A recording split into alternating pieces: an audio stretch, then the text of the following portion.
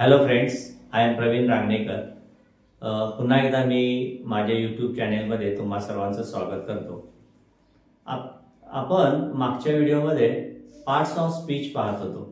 त्यामध्ये शब्दांच्या जाती किंवा प्रकार आपण पाहतोय आणि त्यानुसार नाउन, ॲडजेक्टिव्ह, ॲडवर्ब, प्रोनाउन वगैरे आपण माहिती घेत होतो। तर तीच माहिती थोडंसं अधिक माहिती आपण जो टॉपिक आता सुरू आहे त्या संबंधी आपण घेणार आहोत पार्ट 2 मध्ये। तर व्यवस्थित लक्ष देऊन आता आपण इथं सुरू करूया। लक्ष द्या। तर मागच्या व्हिडिओमध्ये आपण काय बघितलं की नामाची व्याख्या बघितली की नाउन म्हणजे काय किंवा नाम म्हणजे काय, आणि कशाची व्याख्या बघितली, विशेषण म्हणजे काय किंवा ॲडजेक्टिव्ह म्हणजे काय। तर व्याख्या बघण्यापेक्षा ते परीक्षेला कसं उपयोगी आहे आणि ते कसं ओळखता आलं पाहिजे, कारण प्रत्येक शब्दानुसारच थोडं वाक्य बनत जातं आणि विशेषण, काही वाक्यामध्ये विशेषणांचा फार महत्व आहे, काही वाक्यामध्ये ॲडव्हर्बचं महत्व असतं, काही वाक्यामध्ये क्रियापदाचं महत्व असतं। तर थोडंसं नामाचे प्रकार म्हणजे आपण बघायचे, काइंड्स ऑफ नाउन्स बघायचे, नाउन आणि विशेषण चाललेलं त्या संबंधित मी बोलतोय। तर पहिला प्रकार आहे कॉमन नाउन, त्याला सामान्य नाम असे म्हणतात। मराठीमध्ये काय म्हणतात, सामान्य नाम। सामान्य मी लिहितोय इथं, सामान्य नामे असे म्हणतात। त्याची उदाहरण मी सांगणार आहे आता। नंतरचा प्रकार आहे प्रॉपर नाउन्स। ओके, विशिष्ट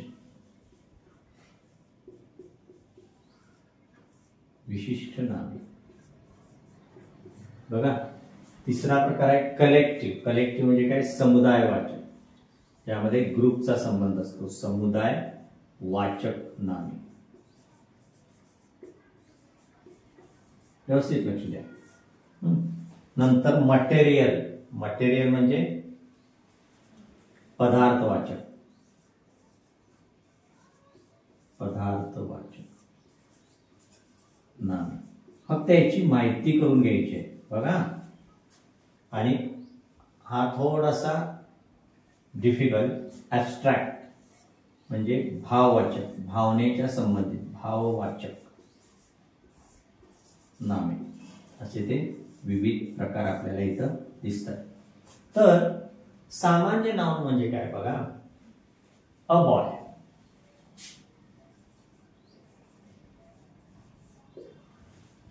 परंतु त्याचं नाव, एखाद्या मुलाचं नाव म्हटलं की प्रॉपर नाउन आलं। For example Soham, for example Soham बघा। अ गर्ल, मुलगी, परंतु तिचं एखादं नाव आलं मुलगीचं, फॉर एक्झाम्पल साक्षी। ओके, लक्ष द्या। त्याच पद्धतीने अ स्कूल, शाळा, परंतु एखाद्या शाळेचं नाव प्रायव्हेट हायस्कूल, प्रायव्हेट हायस्कूल।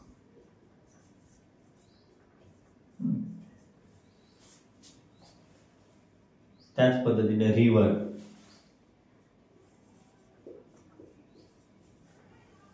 सामान्य नाव, परंतु नदीचं नाव आलं की प्रॉपर। थोडंसं विनोदानं असं बोलता येईल की बार्सन आलं की प्रॉपर नाव, सिटी कॉमन नाव, दिल्ली प्रॉपर नाव। लक्षात येते काय बघा।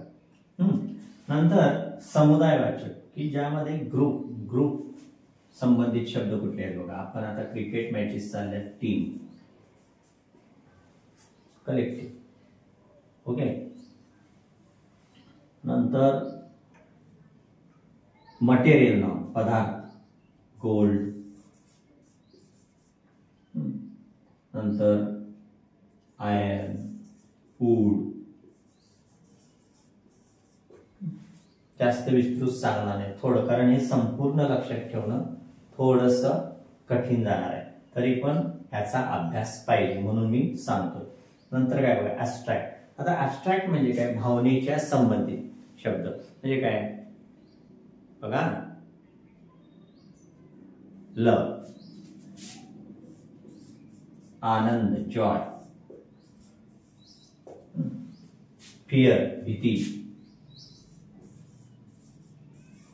धाडस करेज शूरपणा, धाडस करेज. जे शब्द काय दर्शवतात? हे शब्द आपले भावना दर्शवतात. लक्षात येते का? हा थोडासा अवघड भाग आहे, तो आणि एखाद्या व्हिडिओमध्ये मी व्यवस्थित एक्सप्लेन करून सांगेन. निदान आता तुम्ही what is mean by common noun, what is mean by proper noun म्हणजे काय एवढं जरी समजून घेतलं, कारण हे तुमच्या परीक्षेला आहे, 7वीला आहे, कलेक्टिव्ह नाउन्स. ओके, तर बघा आता नामाचा अभ्यास करण्यासाठी याबरोबरच हाही टॉपिक महत्वाचा आहे चॅप्टर. त्याही पेक्षा नामामध्ये सिंग्युलर आणि प्लुरल हा भाग फार महत्वाचा आहे. सिंग्युलर म्हणजे एक, म्हणजे वन म्हणूया, किंवा भाषेच्या व्याकरणाच्या भाषेत बोलायचं झालं तर एक वचन, एक वचन.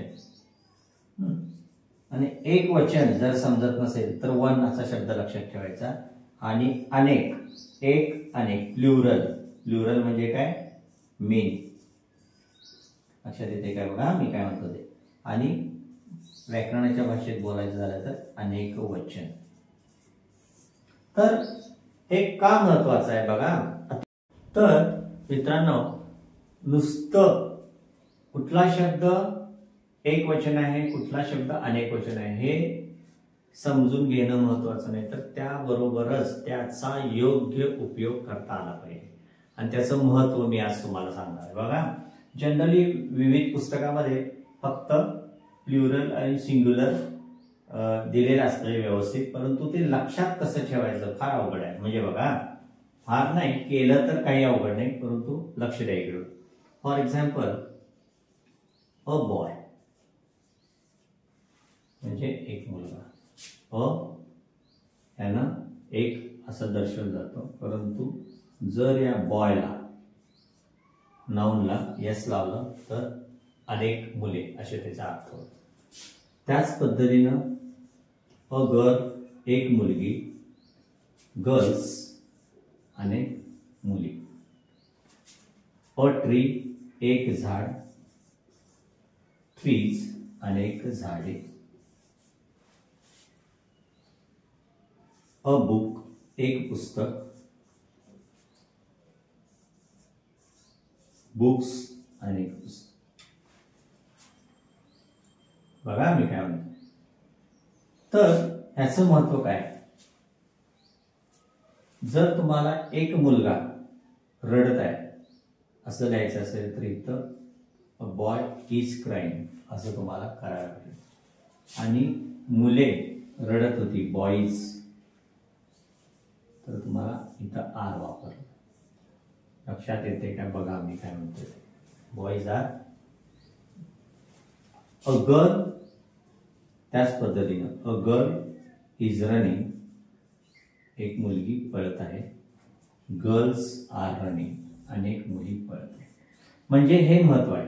म्हणजे एक आणि अनेक का शिकायचं? तर व्यवस्थित वाक्य रचना येण्यासाठी. त्याच पद्धतीनं बघा,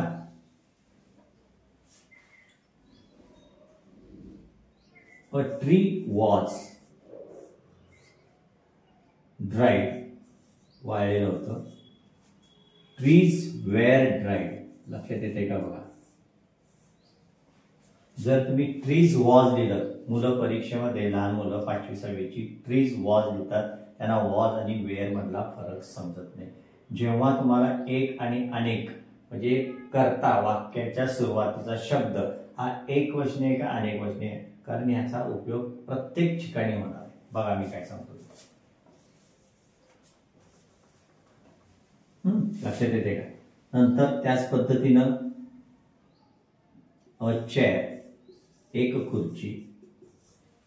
Don't forget to subscribe.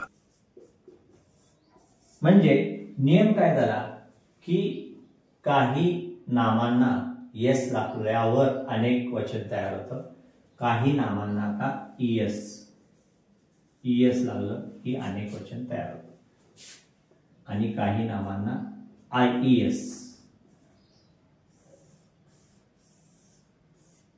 मग आता हे लक्षात कसं ठेवायचं तर सरावानीच, प्रॅक्टिस अँड प्रॅक्टिस हाच त्याच्यावर उपाय, बाकी कुठलाही उपाय नाही. सततचं रीडिंग, सततचं प्रॅक्टिस, सततचं टॉकिंग, जिभेवर शब्द आले राहिले काही राहिले की तुम्हाला काही चुकणार.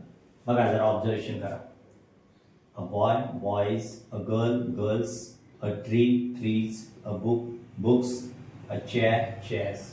हां, तुम्ही घरामध्ये वहीमध्ये असे शब्द शोधून ठेवा की ज्या शब्दांना यस लागतं. हां, फॉर एक्झाम्पल आणखीन घेतो काही शब्द. Biscuit, biscuits. Okay. A pen, pens.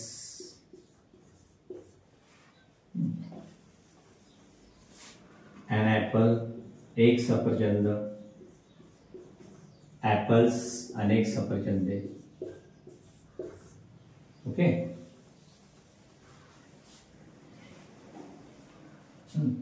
A bag, एक पिशवी. बॅग्स.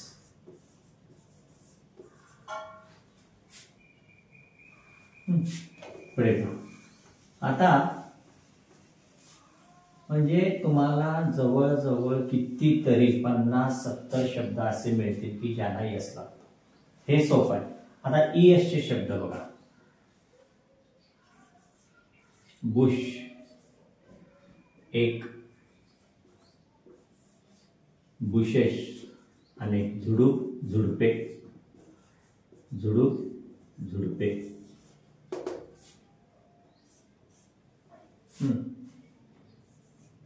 Bench, benches. बेंच, एक बेंच. बेंचेस, अनेक. एक बाग, अनेक बाके. अ ब्रँच, एक फांदी. ब्रँचेस, अनेक फांदे, अनेक फांद्या झाडाच्या. मग एक फांदी वाळलेली होती, मग कसं करणार वाक्य. अ ब्रँच इज ड्राईड. अनेक फांद्या वाळलेल्या होत्या. ब्रँचेस वाळलेल्या आहेत, sorry, branches are dried.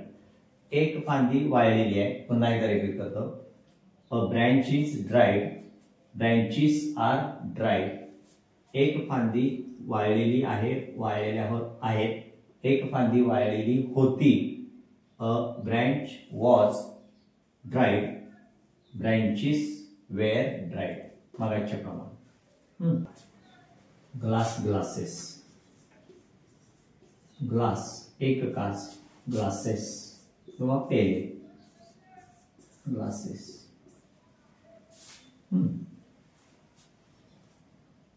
Class, वर्ग.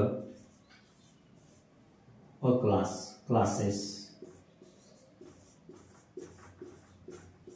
ड्रेस, एक ड्रेस. ड्रेसेस, अनेक ड्रेस.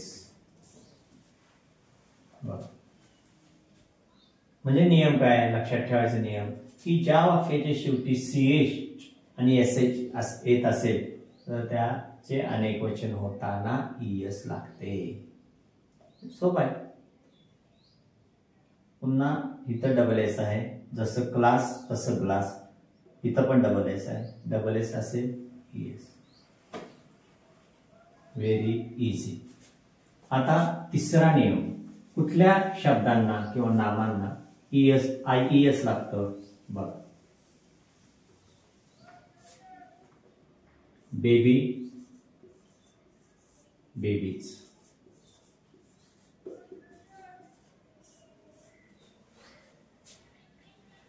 लेडी, एक. लेडी किंवा स्त्री, लेडीज. तुमच्या थोडंसं लक्षात आलं असेल, वाय असेल तर IES लावायचं.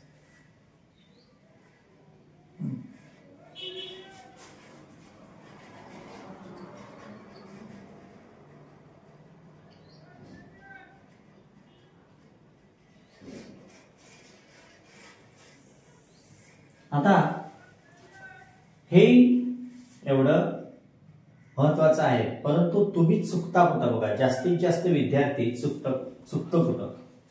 फॉर एक्झाम्पल मी तुम्हाला विचारतो, 2 मिनिटं तुम्हीच उत्तर द्यायची, 2 मिनिटं थांबतो. एक मनुष्य याला शब्द काय बघा. नेहमी चुकावतात ना. पेपर तपासताना वेळोवेळी माझ्या लक्षात येते की मुलांना एक मनुष्य अनेक माणसे यातील फरक लक्षात येते. एक मनुष्य काय शब्द, मॅन. अनेक माणसे किंवा अनेक पुरुष असतील तर मेन. बघा, म्हणजे ए आणि ई मध्ये फरक आहे. पुन्हा त्याच पद्धतीनं एक स्त्री, अ वुमन. उच्चार पण लक्ष द्या, उच्चाराकडे फार महत्वाचं आहे, लक्ष दिलं पाहिजे. वुमॅन वगैरे म्हणायचं नाही.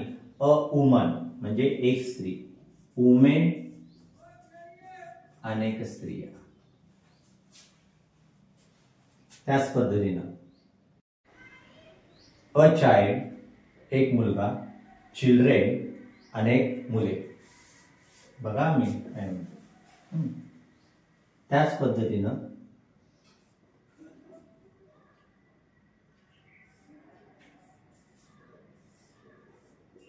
अ टूथ एक दात, टीथ अनेक दात. फरकच समजत नाही, एक दात कुठला, अनेक दाताला काय म्हणायचं. अ फूट एक पाऊल, फीट अनेक पावले. बघा लक्षात येते काय. चाइल्ड आणि चिल्ड्रेन, वुमन वुमेन, मेन. इथं पण मेन स्पेलिंग फक्त WO पाठीमागे घ्यायचं. MAN man, man. वुमन मात्र इथं मॅन शब्द आला की त्याचा उच्चार बदलतो. तर हे का महत्वाचं आहे बघा. फॉर एक्झाम्पल एक मूल खेळत आहे, कसं म्हणणार. अ चाइल्ड इज प्लेइंग, म्हणजे इथं इज येणार. अनेक मुले खेळत होती, खेळत आहेत. Children are playing. म्हणजे एक मूल म्हटलं तर तुम्हाला इज ठेवायला पाहिजे, अनेक मुले म्हटलं तर तुम्हाला इथं आर ठेवायला पाहिजे. त्याच पद्धतीनं एक मूल पळत होतं. A child was running. अनेक मुले पळत होती, चिल्ड्रेन वेर रनिंग. म्हणजे एक म्हटलं की वॉज, अनेक म्हटलं की वेर. आता वुमनचा उपयोग बघा. A woman is washing clothes. A woman is washing clothes, women are washing clothes. लक्षात येते काय बघा. म्हणजे तुम्हाला ही नामाचा उपयोग वाक्यात करता येण्यासाठी तुम्हाला योग्य पद्धतीनं एक वचन अनेक वचन समजून घेणं आवश्यक आहे. काही शब्द बघा. फॉर एक्झाम्पल पीपल हा शब्द तुमचा भरपूर मुलं पीपल हा शब्द कसा लिहितात बघा. पीपल असं लिहितात, नाही. पीपल म्हणजेच अनेक लोक, पीपलचं अनेक वचन होत. फॉर एक्झाम्पल फर्निचर हा शब्द बघा. फर्निचर्स नको आहे आपल्याला, नाही करायचं. त्याच पद्धतीनं हेअर्स नाही होत. आता फिश हा शब्द घेऊया. अनेक वचन फिश. परंतु जर तुम्ही फिशेस असं म्हटलं, जाता आता सांगतोय, तर अनेक विविध प्रकारचे मासे असं त्याचा अर्थ होतो. तरी पण 90% फिशचं अनेक वचन फिशेस होतं केव्हा तर क्वचित प्रसंगी. पुढे डिअर, हरी, डिअर्स नाही होत, डिअर्स. म्हणजे परीक्षेला पडतं फसवण्यासाठी, लक्षात ठेवा. फिश, डिअर, हेअर, पीपल हे 3 ते 4 शब्द लक्षात ठेवले पाहिजे. अनेक वचन होत नाही. ओके. हेअर एक केस, अनेक केस असं आपण आपल्याला म्हणता येईल. फर्निचर.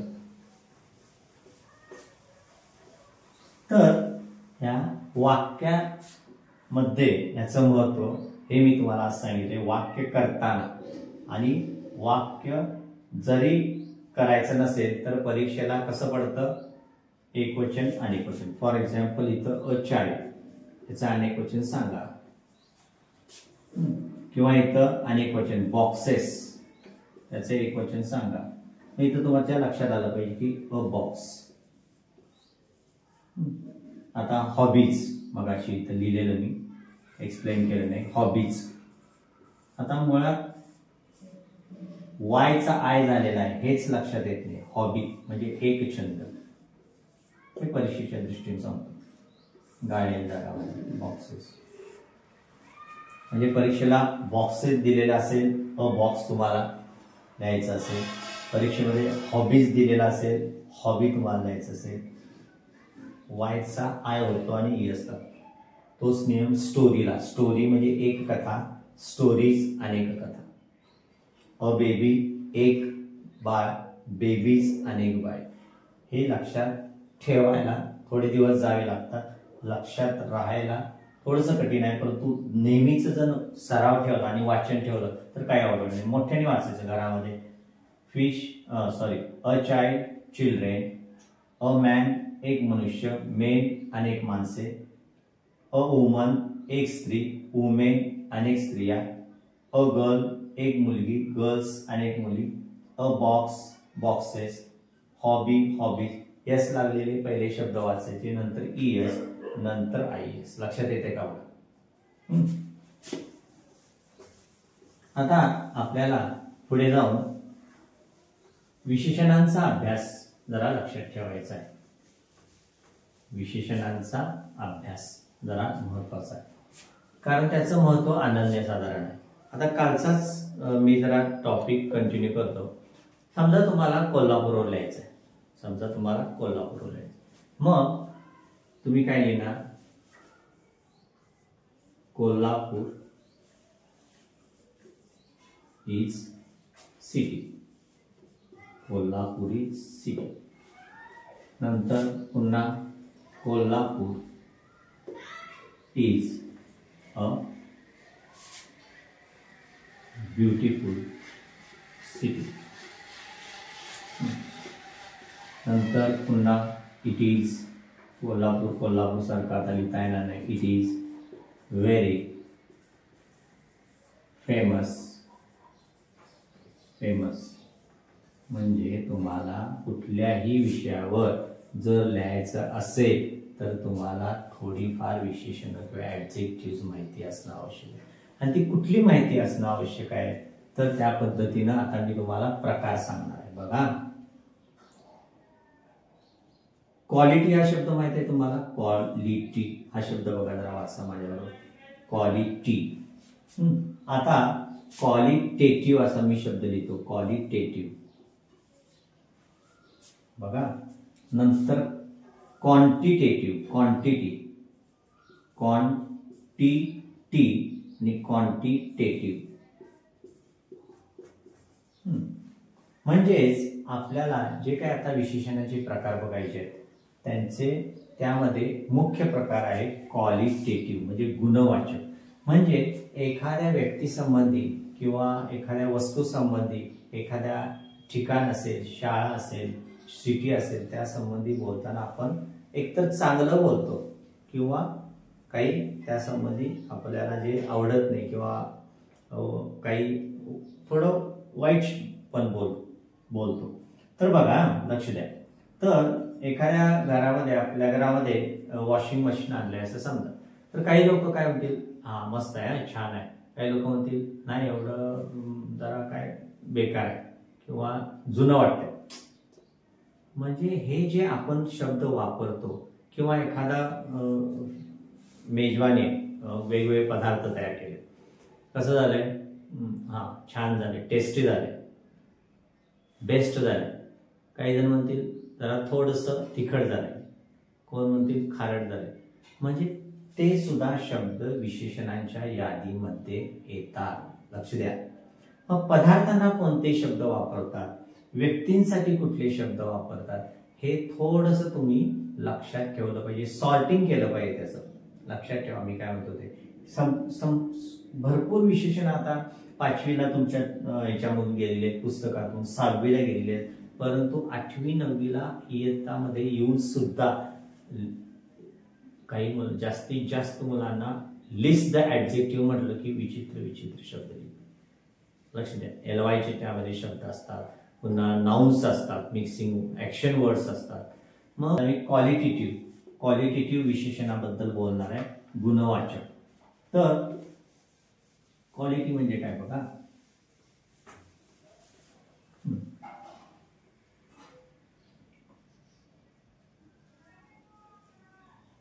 टिमिड भित्रा. गुण बघा, आळशी लेझी. चपळ ऍक्टिव्ह, फार ऍक्टिव्ह आहे, मुलगा फार ऍक्टिव्ह आहे, ऍक्टिव्ह. त्याच पद्धतीनं काल सांगितल्या पद्धतीने ग्रीडी, फार लोभी आहे मनुष्य, फार हावरा आहे. सेल्फिश आहे. म्हणजे हे शब्द काय दर्शवतात, काय दाखवतात, व्यक्तीच्या अंगातील गुण दर्शवतात. विसराळ आहे, आजोबा जरा आमचे विसराळ आहे. मग विसराळाला शब्द बघा, अबसेंट माइंडेड, कुठेतरी येतो अबसेंट माइंडेड. म्हणजे काही काही ऍडजेक्टिव्ह तुम्हाला सतत रिपीट होत असतात, परंतु काही काही ऍडजेक्टिव्ह तुम्हाला एकदम नवीन असतात, काही लक्षात येत नाही त्याचा नेमका अर्थ. आणि 10वी 12वीच्या लेवलला तर इतकी विचित्र विचित्र विशेषण येतात की ती नेमकी त्याचा अर्थ न लागत असल्यामुळे आणि कधी आपल्या नजरेखालून ती न गेल्यामुळे रीडिंग मध्ये तर त्याचा नेमका अर्थ आपल्याला लक्षात येत नाही. For example crazy. क्रेझी हा शब्द आता कॉमन झालाय, crazy. He is crazy about, she is crazy about. एखाद्या गोष्टीचं वेळ घेणे, झपाटणे एखाद्या गोष्टीमुळे क्रेझी अबाउट. म्हणजे ही शब्द आत्ताच्या काळामध्ये, आत्ताच्या मॉडर्न इंग्लिशमध्ये माहिती पाहिजे. तुम्हाला येत नाही, लक्षात नाही, विसरलो नाही चालणार. दररोज वाचन ठेवा. काही कॉमन ऍडजेक्टिव्ह आहेत, आलीच पाहिजे. So mad, mad, he is mad with. लक्षात येते का? Angry, happy. हॅपी एक कॉमन आहे, हॅपी. परंतु त्याच पद्धतीने ग्लॅड म्हणजे सुद्धा आनंदी. हे माहिती नाही, याचा अर्थ नेमका माहित नसतो. हॅपी. आता काल सांगितल्याप्रमाणे हॅपी आणि हॅपीनेस यामधला फरक जेव्हा तुमच्या लक्षात येईल तर तेव्हा त्याचा नेमका उपयोग कसा करायचा हे लक्षात येतो. हॅपी आनंदी व्यक्ती आणि हॅपीनेस आनंद. बघा मी काय म्हणतो ते.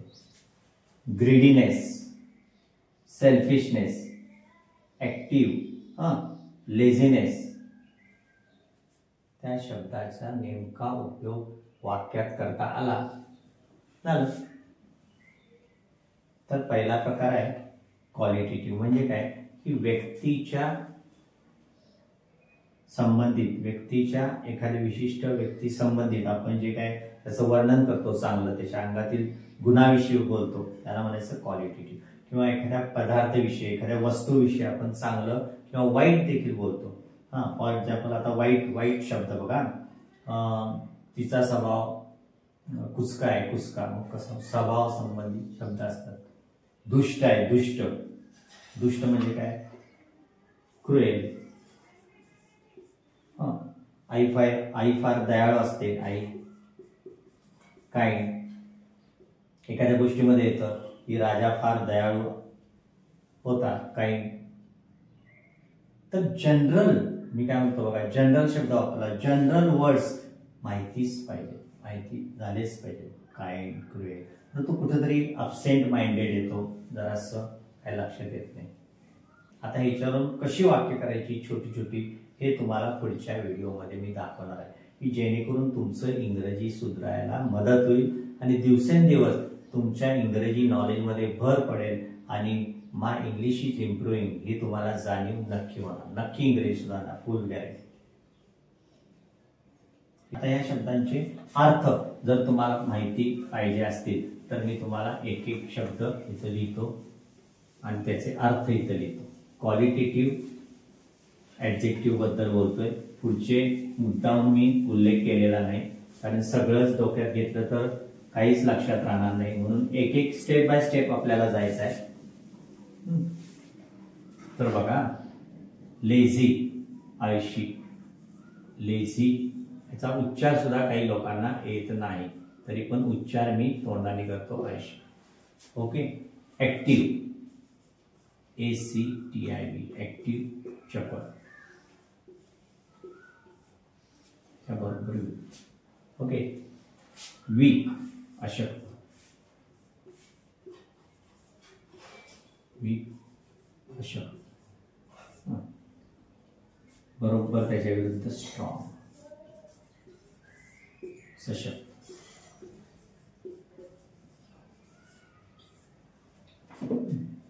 ब्रेव, BRAV, धाडसी, शूर, धाडसी, ब्रेव. दुसरा शब्द काय? बोल्ड, बोल्ड हे म्हणतात. She is very bold, he is very bold. नंतर अवघड शब्द सांगतो, शूर, याला तो पण आला पाहिजे, कारण पुस्तकामध्ये तुमच्या येतो. Courageous, the prince was very courageous, the princess was very courageous lady, अशी वाक्य येतात तुमच्या पुस्तकामध्ये. नेमका याचा उच्चार बघा, COURAG, करेज. करेज म्हणजे काय? धाडस. परंतु करेजियस व्यक्तीतील गुण दर्शवतो. तो धाडसी होता, तो राजपुत्र धाडसी होता, ती धाडसी आहे. तो मुलगा फार ऍक्टिव्ह आहे, ती मुलगी फार स्ट्रॉंग आहे, ती मुलगी फार वीक आहे. करेजियस. नंतर ब्युटिफुल. परंतु नुसतं ब्युटिफुल माहीत असून चालणार नाही, त्याला जे दुसरे शब्द आहेत, सुंदर. सुंदर याला एका छोट्या लहान बाळासाठी काय वापरतात बघा, क्यूट, म्हणजे सुद्धा सुंदर, क्यूट बेबी असं म्हणतात.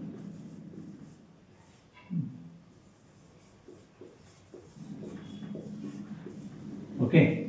नंतर काही ठिकाणी प्रीटी असा शब्द येतो, प्रीटी, सुंदर. मग प्रीटी 5 वर्षापर्यंतच्या एखाद्या छोट्या मुलीला प्रीटी गर्ल असं म्हणतात, प्रीटी वुमन असंही म्हणतात, प्रीटी वुमन. नंतर चार्मिंग, मनमोहक, चार्मिंग, सुंदर, सुरेख, मनमोहक. म्हणजे नुसतं ब्युटिफुल माहीत असून चालणार नाही, थोड्या इतर शब्दांची पण तुम्हाला ओळख झाली पाहिजे. दुसरं, she is a gorgeous girl, very gorgeous.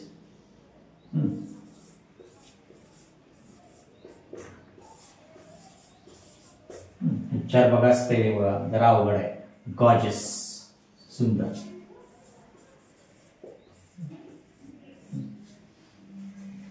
किती झाले बघा, 3, 4, 5. दररोज 2 करा, 2, मिनिमम 2 और 5 ऍडजेक्टिव्ह. 10 दिवसामध्ये 50 ऍडजेक्टिव्ह तुमची तयार झाली पाहिजे.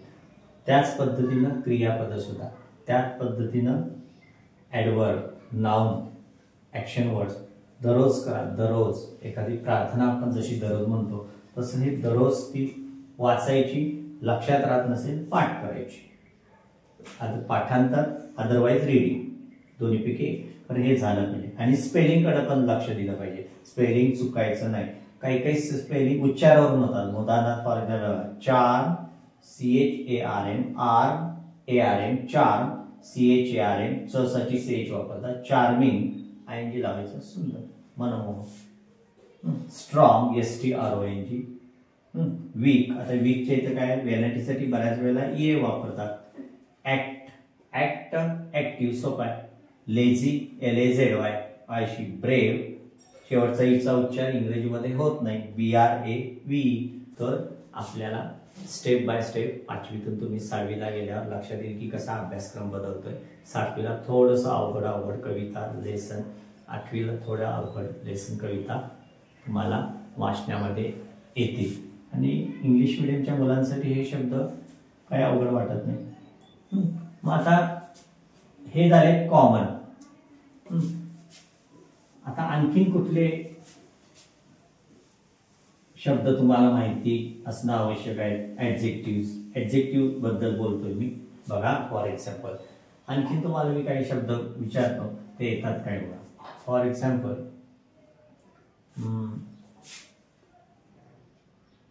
आता बघा, महाग याला शब्द बघा. बघा येतोय काय? स्वस्त. मुद्दाम मी मराठी लिहितोय. स्वस्त, फार स्वस्त आहे. सोने फार महाग आहे. ही गाडी फार महाग आहे. BMW फार महाग आहे. ही स्वस्त, हे कपडे फार स्वस्त लिहितो. कॉस्टली, कॉस्ट म्हणजे किंमत, कॉस्टली किंवा त्यालाच ऑर एक्सपेन्सिव्ह. पेन शब्द माहित आहे, पाठीमागे EXCSIV, एक्सपेन्सिव्ह म्हणजे महाग. दुसराही शब्द माहित पाहिजे. स्वस्त, चीप. इथं दाखवल्याप्रमाणे EA वेरायटीसाठी इथं EA येतं. चीप म्हणजे स्वस्त. कॉस्टली एखाद्या वस्तूविषयी बोलतोय आपण. नंतर महाग, स्वस्त. नंतर बघा भारी वस्तू. भारी बघा, आठवतोय काय शब्द? भारी. Rich, RICH. म्हणजे एकाच शब्दाचे 2 ते 3 अर्थ वाक्यानुसार निघू शकतात. रिच गारमेंट असे म्हणतात, रिच फर्निचर असे म्हणतात, आणि ही इज व्हेरी रिच मॅन असे म्हणतात. म्हणजे तो श्रीमंत, भारी अशा अर्थात. भारी, श्रीमंत व्यक्ती. म्हणजे कशा संदर्भात तो शब्द आलाय त्यानुसार त्याचा अर्थ लावता आला पाहिजे. नंतर पहा, टेस्टी, चविष्ट. टेस्ट पासून टेस्टी, चविष्ट. पदार्थासाठी एखादा चविष्ट.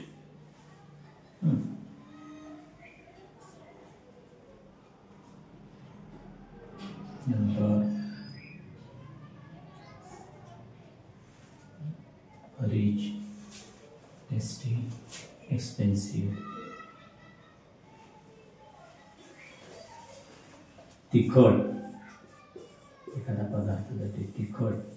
व्हेरी हॉट, हॉटी नाही, हॉट. लक्षात येते का बघा? म्हणजे थोडे पदार्थाला कुठले शब्द लागू होतात, व्यक्तीसाठी कुठले शब्द लागू होतात. एखादा खराब हवामान, आम्ही काय म्हणतो खराब हवामान, आज जरा खराब आहे. छान हवा पडली, छान हवा. Pleasant atmosphere. Very worst, bad weather, worst weather. Good looking, better, good, better, best. म्हणजे हे शब्द आपण आता सध्या नेहमीच्या व्यवहारामध्ये बोलतात. एखादा न शिकलेला मनुष्य सुद्धा प्रॉब्लेम हा शब्द वापरतो. फार प्रॉब्लेम झाला. लक्ष द्या. म्हणजे काही शब्द हे पाठ करावे लागत नाही, सहज तोंडात आले पाहिजे. जसं for example please, okay, bye. हे शब्द आपल्या हल्ली सहज तोंडामधून निघतात. सॉरी. तसं काही शब्द पटदिशी असे आठवले पाहिजेत आणि योग्य ठिकाणी त्याचा उपयोग झाला पाहिजे.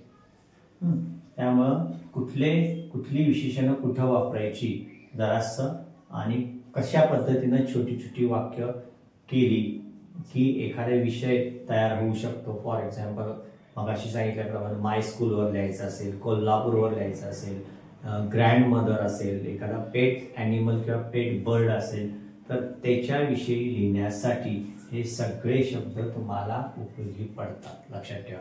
मग विशेषणांचं महत्त्व आहेच शालेय दृष्टिकोनातून, शालेय परीक्षेच्या दृष्टी.